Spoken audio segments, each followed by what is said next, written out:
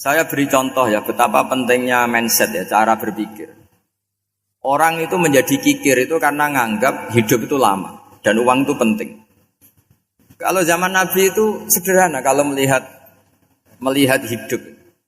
Pernah suatu saat Nabi itu punya jatah makan. Karena Nabi itu hidupnya juga pas-pasan. Jadi Nabi itu unik. Beliau di satu sisi kaya raya, bisa ngurmat Abu Hurairah, Ammar, Suhaib. Ashabu Sufa itu dirawat Nabi semua. Itu kan kaya, bisa ngerawat sekian orang. Tapi di sisi yang lain untuk pribadinya beliau miskin. Kadang nggak bisa makan hari itu. Tapi di saat yang sama bisa merawat Ahlus Sufa. Jadi keliru kalau orang hanya cerita Nabi itu miskin, untuk makan dirinya aja susah. Itu keliru. Kelirunya kalau tidak diteruskan, tapi Nabi mampu menghidupi Ahlus Sufa. Singkat cerita jatah makannya Nabi itu dikasihkan orang ketika Nabi tanya, ya Aisyah, makanan jatah saya di mana? Oh ya Rasulullah, tadi ada orang minta tak kasihkan, maka makanan itu habis. Apa kata Nabi? Kamu salah Aisyah. Yang kamu kasihkan itu justru yang masih. Ya yang kamu kasihkan itu justru yang masih. Sehingga Nabi menganggap, makanya Nabi terus ngendikan. Ya kalau mukhatabnya lelaki ya kira-kira begini. Wahal laka min malika illa ma akalta fa'afnaita wala bista fa'ablaita. Terus tanya, watasaddaqta fa'abqaita, kata Nabi. Harta kamu ya kamu makan kemudian ke WC jadi kotoran, atau punya pakaian mewah nanti rusak. Watasaddaqta fa'abqaita. Ada yang kamu sedekahkan yaitu yang abadi sampai akhir. Sehingga banyak pengusaha yang mencintai saya setelah tak ajari hadis itu. Misalnya punya uang 1 miliar karena dia spekulan atau pedagang rawan bangkrut, disedekahkan ke masjid 50 juta, yaitu yang abadi. Jadi kalau suatu saat bangkrut, dia masih punya uang 50 juta di akhirat. Jadi Nabi itu mengajari sedekah itu apa?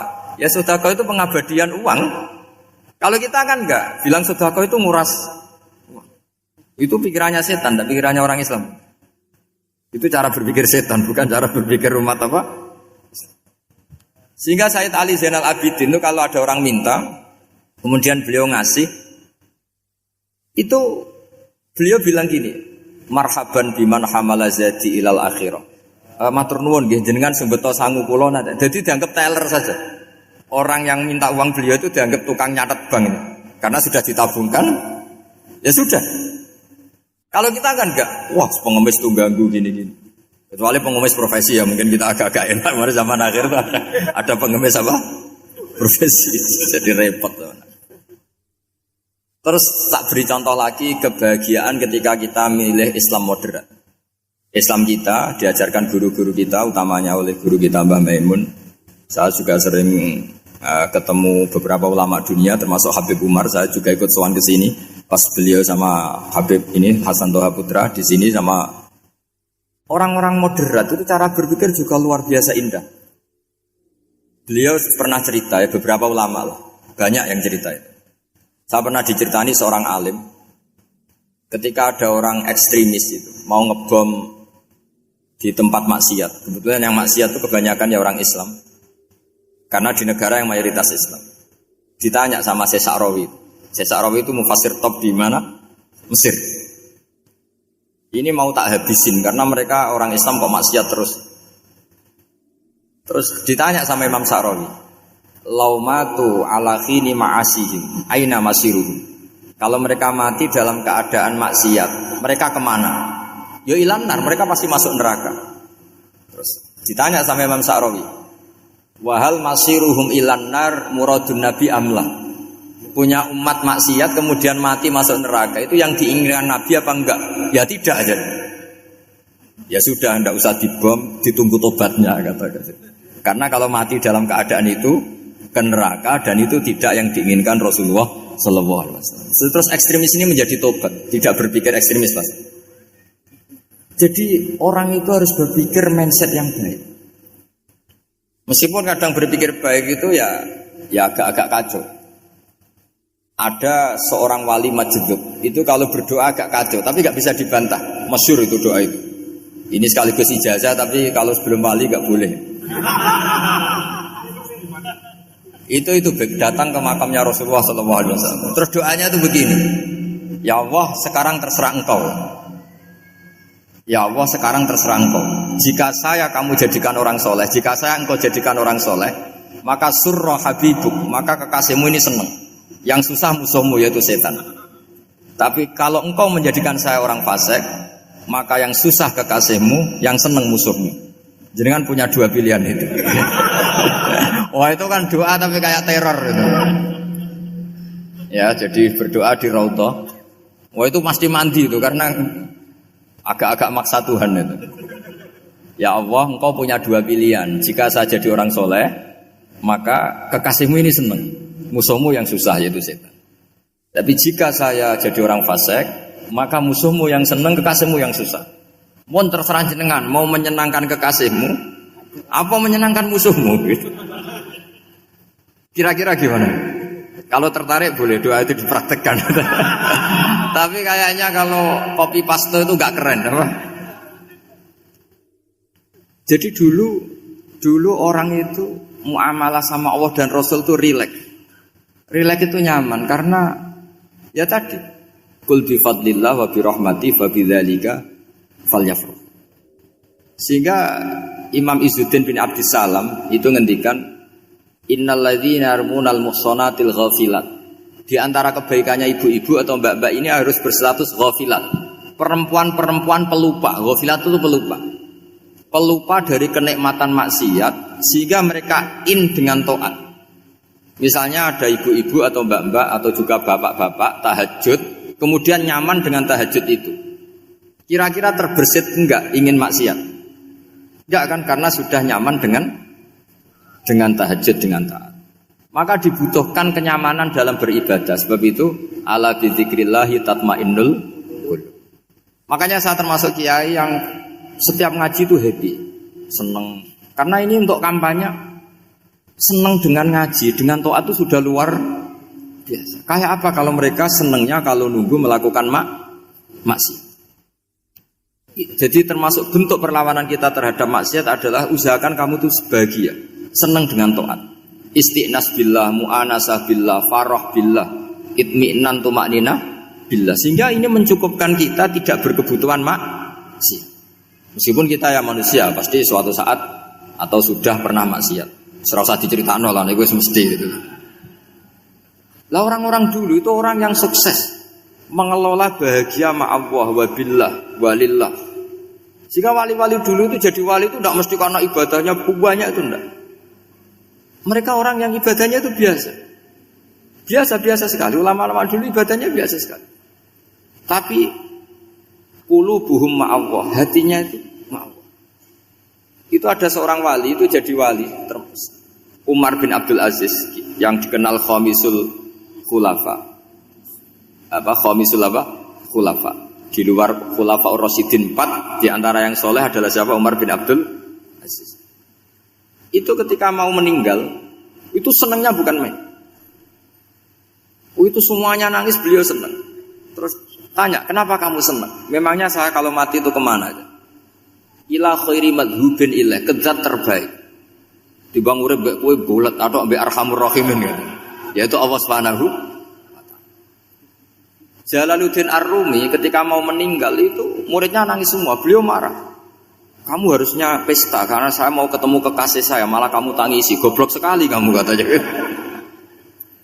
Jadi orang-orang dulu itu luar biasa. Karena tadi mereka tidak ingin ketemu Allah itu dianggap problem. Harus sesuatu yang membahagiakan. Makanya wali-wali itu kalau berdoa begini. Wa khairu ayyami yauman alqa fi, dan jadikan hari terbaikku adalah hari ketika saya ketemu engkau ya Allah. Pernah dengar doa itu? Wa khairu ayyami yauman alqa fi, dan hari terbaikku adalah hari saat ketemu engkau. Aman kan enggak? Sampai mati ku wedi. Saya tidak tahu wedi dosa apa wedi Israel apa wedi malaikat siapa? Mungkar nakir. Sebenarnya tidak perlu seperti itu. Karena cara pandang Nabi itu ini bisa dipraktekkan. Kalau kamu orang baik, mati artinya apa? Ya baik. Karena husnul khotimah. Kalau kamu orang yang buruk, itu kata Nabi, anggap saja mati itu akhir dari keburukan kamu. Nah, kowe urip terus malah maksiat terus. Maka Nabi itu kalau ngajari kita berdoa gini, Allahumma ij'alil hayata ziyadatan li fi kulli khairin wal mauta rohatan li min kulli syarrin. Ya Allah, kalau saya hidup ya anggap saja ziyadah fi kulli khairin, berpotensi nambahi kebaikan. Kalau saya mati anggap saja ini akhir dari segala keburukan. Maka saya berkali-kali guyon. Makanya tradisi ulama-ulama NU, ulama-ulama pesantren, ya ada hanya NU, pokoknya ulama-ulama alim. Itu kalau ada orang mati, orang nakal gitu mati, ini saya gitu. Itu hadirin mesti gak terima. Wah, api enang itu wong wakal. Tapi dipaksa sama kiainya, saya gitu. Lama-lama dipaksa. Saya gitu. Padahal ning atine kiai wis ra iso maksiat meneh wis saya gitu. Karena dengan mati berarti saya sudah tidak bisa maksiat lagi. Jadi Nabi melihat hidup dan mati itu segampang itu. Kalau al-hayata ziyadatan li fi kulli khairin wal mauta rohatan li min kulli syarr. Coba kita ke depan itu kan ada potensi zina, potensi korupsi, potensi maksiat. Yang bisa menghentikan potensi itu apa coba? Mati ya, udah pinter ya. Sudah maju berarti.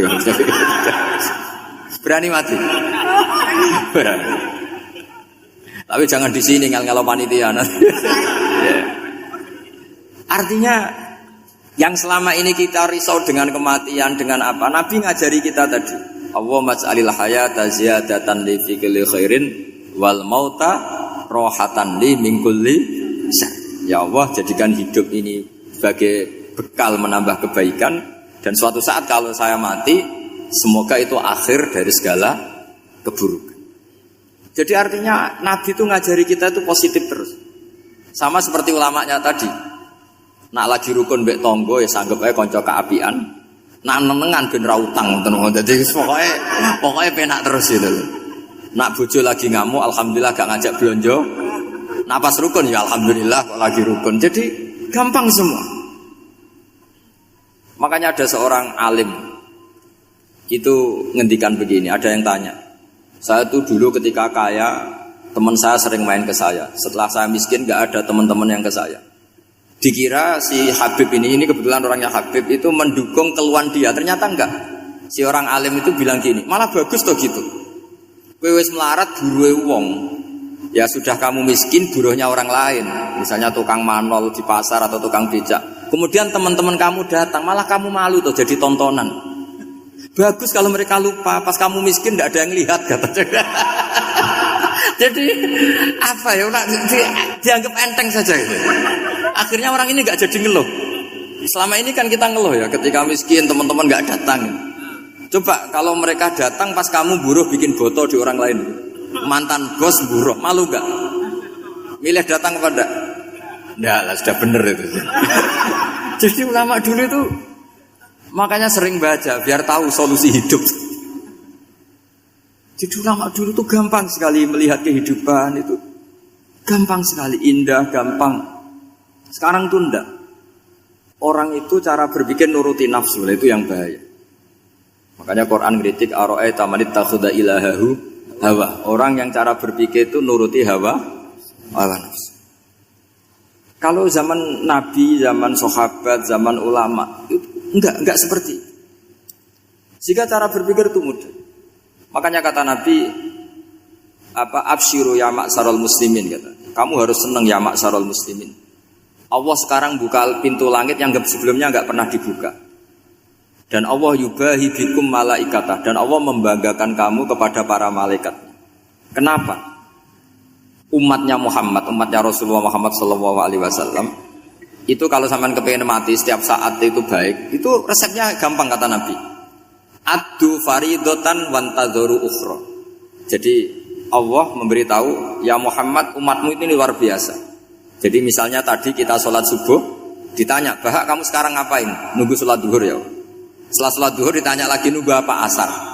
Sehingga famangkanat hijratuhu ila wa rasuli fa hijratuhu ila wahi. Jadi kalau ya sudah ini tak ijazahkan, kalau setelah sholat subuh nunggu apa?